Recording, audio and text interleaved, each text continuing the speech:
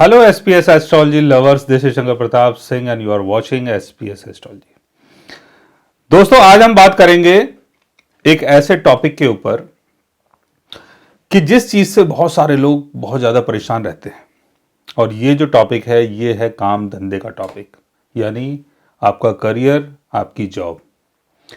कई बार क्या होता है कि हम लोग बहुत ज्यादा कोशिश करते हैं लेकिन उसके बाद भी हमें अपने करियर में, अपनी जॉब में सफलता नहीं मिलती है। तो इसके पीछे का कौन सा योग है? और अगर किसी तरीके से हमने अपना काम धंधा स्टार्ट किया, कहीं नौकरी मिल गई, बाद में पता चला कि वहां से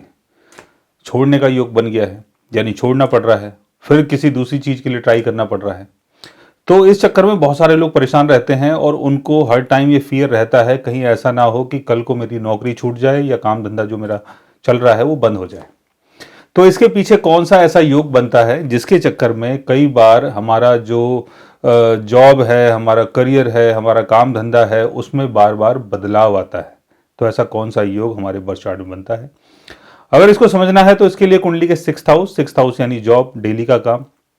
10th हाउस यानी आपका करियर, इन दोनों हाउसेस के लॉर्ड्स की प्लेसमेंट को आपको समझना है। सिक्स्थ हाउस में अगर केतु की प्लेसमेंट होती है या 10th हाउस में अगर केतु की प्लेसमेंट होती है,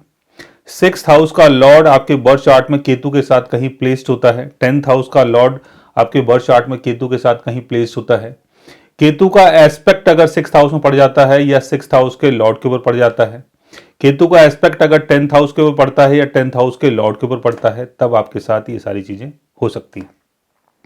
आपके बर्थ चार्ट में वर्गो साइन चाहे कहीं भी आता हो, चाहे वो फर्स्ट हाउस में हो, सेकंड हाउस में हो, थर्ड हाउस में हो, किसी भी हाउस में अगर वर्गो साइन आ रहा है या कैप्रिकॉन साइन आ रहा है किसी भी हाउस में, और कैप्रिकॉन साइन और वर्गो साइन में भी अगर केतु की प्लेसमेंट होती है, तब भी आपके साथ ये सारी चीजें हो सकती हैं। कैप्रिकॉन साइन या वर्गो साइन के ऊपर अगर केतु का एस्पेक्ट पड़ जाता है, तब भी बार बार काम धंधे में बदलाव आता है। शनि की प्लेसमेंट अगर सिक्स्थ हाउस में हो, 10th हाउस में हो, तो 35 की एज से पहले आपको काफी स्ट्रगल करना पड़ता है। कोई भी प्लेनेट अगर वक्री होता है और उसकी प्लेसमेंट अगर सिक्स्थ हाउस में होती है, 10th हाउस में होती है, या सिक्स्थ हाउस या 10th हाउस के लॉर्ड के साथ कोई भी वक्री प्लेनेट आपके बर्थ चार्ट में कहीं भी प्लेस्ड है, या किसी भी वक्री प्लेनेट का एस्पेक्ट अगर सिक्स्थ हाउस, 10th हाउस और इनके लॉर्ड्स के ऊपर पड़ता है, तब भी काम धंधे में बीच बीच में थोड़ी बहुत रुकावट आती है। सिक्स्थ हाउस का लॉर्ड अगर कंबस्ट हो जाता है या 10th हाउस का लॉर्ड अगर कंबस्ट हो जाता है, तो काम धंधा तो होता है लेकिन उसकी ज्यादा हाइट नहीं होती, यानी काम धंधा आपका निचले स्तर का होता है, ज्यादा ऊंचे लेवल का नहीं होता है। सिक्स्थ हाउस का लॉर्ड अगर अपने डेबिलिटेशन में होता है या 10th हाउस का लॉर्ड अगर अपने डेबिलिटेशन में होता है, तो काम धंधे के लिए आप बड़ी मेहनत करते हैं लेकिन इतनी सफलता कई बार नहीं मिलती है। तो समझने वाली बात यह है कि सिक्स्थ हाउस और 10th हाउस के लॉर्ड की प्लेसमेंट आपके बर्थ चार्ट में कैसी है। सिक्स्थ हाउस में, 10th हाउस में अगर कोई मैलेफिक प्लैनेट्स बैठ जाते हैं या इनके लॉर्ड्स के साथ अगर किसी मैलेफिक प्लैनेट की अगर युति बनती है, या कोई malefic planet like Rahu, Shani, Ketu अगर इनको देख लेते हैं, या कोई वक्री प्लैनेट अगर इनको देख लेता है, तब आपके साथ ये सारी चीजें होती हैं कि काम धंधे में बीच बीच में रुकावटें आती हैं और बार बार आपको काम धंधा बदलना पड़ता है। तो इस योग को आपको अपने मून चार्ट में, चलित चार्ट में, लगन चार्ट में, तीनों चार्ट में देखना है और D10 चार्ट में भी देखना है, बिकॉज D10 चार्ट का संबंध हमारे करियर से है। D10 चार्ट में जिस भी ग्रह की दशा चल रही है, अगर उसकी प्लेसमेंट केतु के साथ है या केतु का एस्पेक्ट अगर उसके ऊपर पड़ रहा है, या D10 चार्ट के सिक्स्थ हाउस में, 10th हाउस में, 4th हाउस में, फर्स्ट हाउस में, 11th हाउस में अगर केतु की प्लेसमेंट होती है या शनि की प्लेसमेंट होती है और उनकी दशा चलती है, तब भी आपके साथ ये सारी चीजें हो सकती है।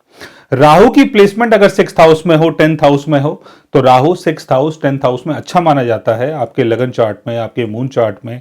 लेकिन इनिशियल लाइफ में आपको काफी स्ट्रगल करना पड़ता है अगर राहु की प्लेसमेंट इन हाउसेस में होती है। लेकिन सिक्स्थ हाउस और 10th हाउस के लॉर्ड की प्लेसमेंट आपके बर्थ चार्ट में बहुत अच्छी है और राहु की प्लेसमेंट अगर सिक्स्थ हाउस, 10th हाउस में है या इनके लॉर्ड्स के साथ है, तो काफी स्ट्रगल करने के बाद आपको लाइफ में सक्सेस मिल सकती है।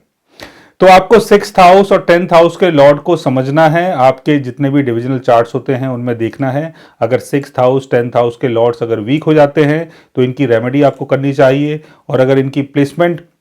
किसी ऐसे प्लैनेट के साथ है जिसके कारण काम धंधे में रुकावट आ रहा है या काम धंधा बदल रहा है, तो उसकी आपको रेमेडी करनी चाहिए। सो गाइस, आज मैंने आपको बताया एक ऐसे योग के बारे में जिसके चक्कर में हमारा जो काम धंधा है वो बीच बीच में बदलता रहता है और काम धंधे के अंदर हमें तरक्की नहीं मिलती है। अगर आप भी जानना चाहते हैं किसी ऐसे योग के बारे में तो उसके लिए आप हमारे चैनल को सब्सक्राइब कर सकते हैं। और अगर आप हमसे बात करना चाहें, कंसल्ट करना चाहें, पर्सनली हमसे मिलना चाहें तो आप हमारी वेबसाइट के थ्रू, हमारे ऐप के थ्रू हमसे मिल भी सकते हैं, बात भी कर सकते हैं और गाइज आप हमसे कंसल्ट भी कर सकते हैं। So guys, take care, love you all and good bye.